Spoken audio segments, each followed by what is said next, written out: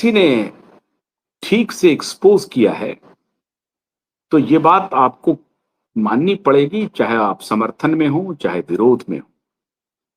आप पसंद कर सकते हो, पसंद करते हैं, पसंद ना भी करते हैं, ये आपका प्रेरोगेटिव है। प्रशांत जी के बारे में आपके कुछ भी ख्याल हो सकते हैं, प्रशांत किशोर जी के बारे में, लेकिन प्रशांत किशोर जी कम से कम बिहार की राजनीति में एक ऐसा तरंग पैदा कर चुके हैं जिस तरंग को संभालना बड़ा मुश्किल हो रहा है।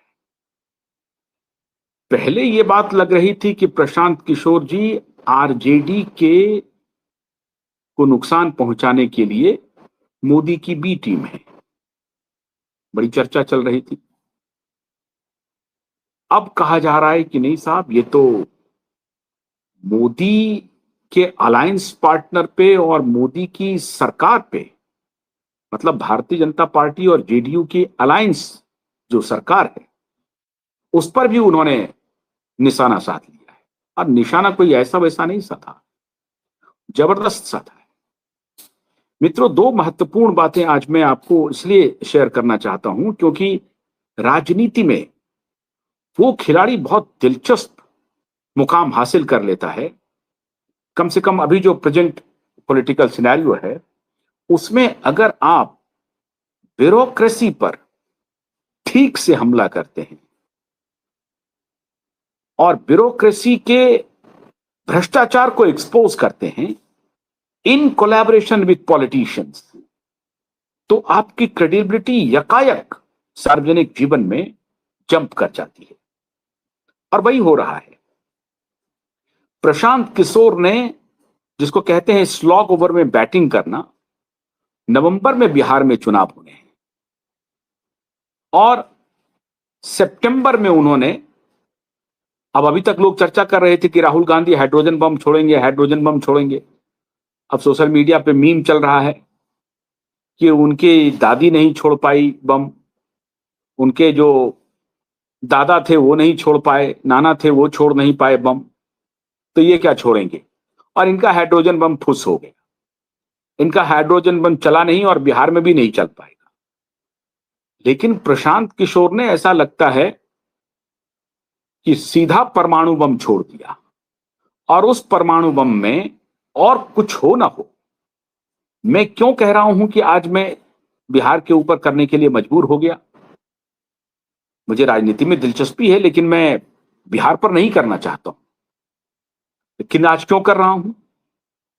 कल रात को पटना से मुझे एक फोन आया और वो एक पत्रकार का फोन था, आप वीडियो जर्नलिस्ट कह सकते हैं, उनका फोन था, नाम लेना यहां उचित नहीं है। लेकिन वो सरकारी कार्यक्रमों को बहुत गंभीरता से कवर करते हैं, अधिकारियों को जानते हैं, नेताओं पर बड़ी पैनी नजर रखते हैं, बल्कि नेता के कोठरी में घूमते रहते हैं, उनका कैमरा घूमते रहता है, उनकी पूरी एडिटिंग मशीनरी घूमते रहती है। उनका फोन आया और उन्होंने छूटते ही मुझे कहा कि भाई साहब, ऐसा लगता है कि प्रशांत जी ने अपनी जान हथेली पे ले लिया है। मैंने कहा ऐसी क्या बात हो गई?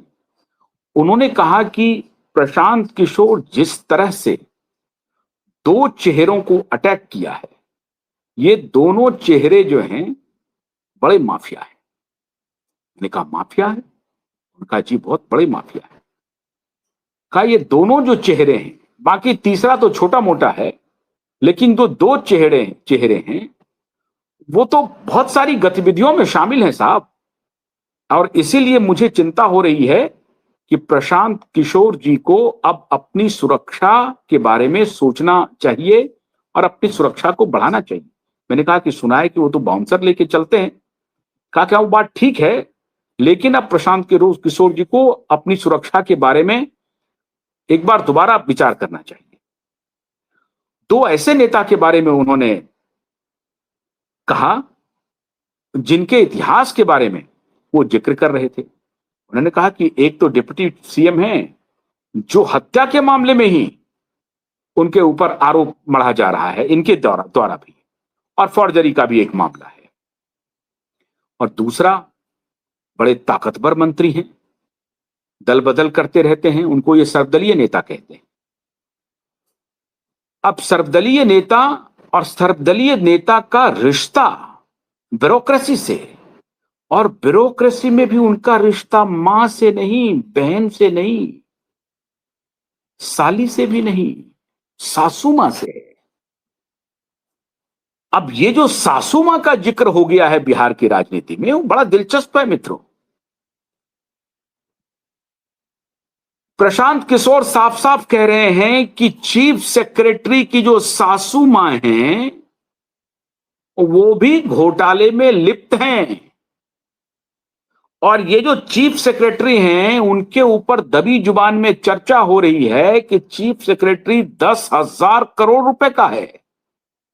मतलब उनकी जो आर्थिक शक्ति हो गई है वो 10,000 करोड़ से कम नहीं है, वर्तमान चीफ सेक्रेटरी के बारे में कहा जा रहा है। क्योंकि ये जो वर्तमान चीफ सेक्रेटरी हैं वो ऐसा कोई मलाईदार महकमा नहीं था जिसमें वो बतौर सेक्रेटरी की भूमिका अदा न की हो, चाहे वो बिजली हो, चाहे वो परिवहन हो, चाहे वो पथ निर्माण हो, हर जगह उनकी भूमिका रही है। बड़े हैंडसम भी दिखते हैं साहब। अब मुझे नहीं मालूम पटना का कोई गोल्फ कोर्स है, अब उसमें जाकर के वो गोल्फ खेलते हैं कि नहीं खेलते हैं, मेरी एक दो बार मुलाकात हुई है, लेकिन बतौर पत्रकार ही मुलाकात हुई है, इस तरह के मेरे कोई रिश्ते नहीं है जो उनका कोई पैसा हमारे तरफ आ रहा हो। लेकिन साहब प्रशांत किशोर जी ने बड़ा जबरदस्त अटैक किया है, और ये बिहार के जनमानस के दिल को और दिमाग को पूरी तरह से छू रहा है।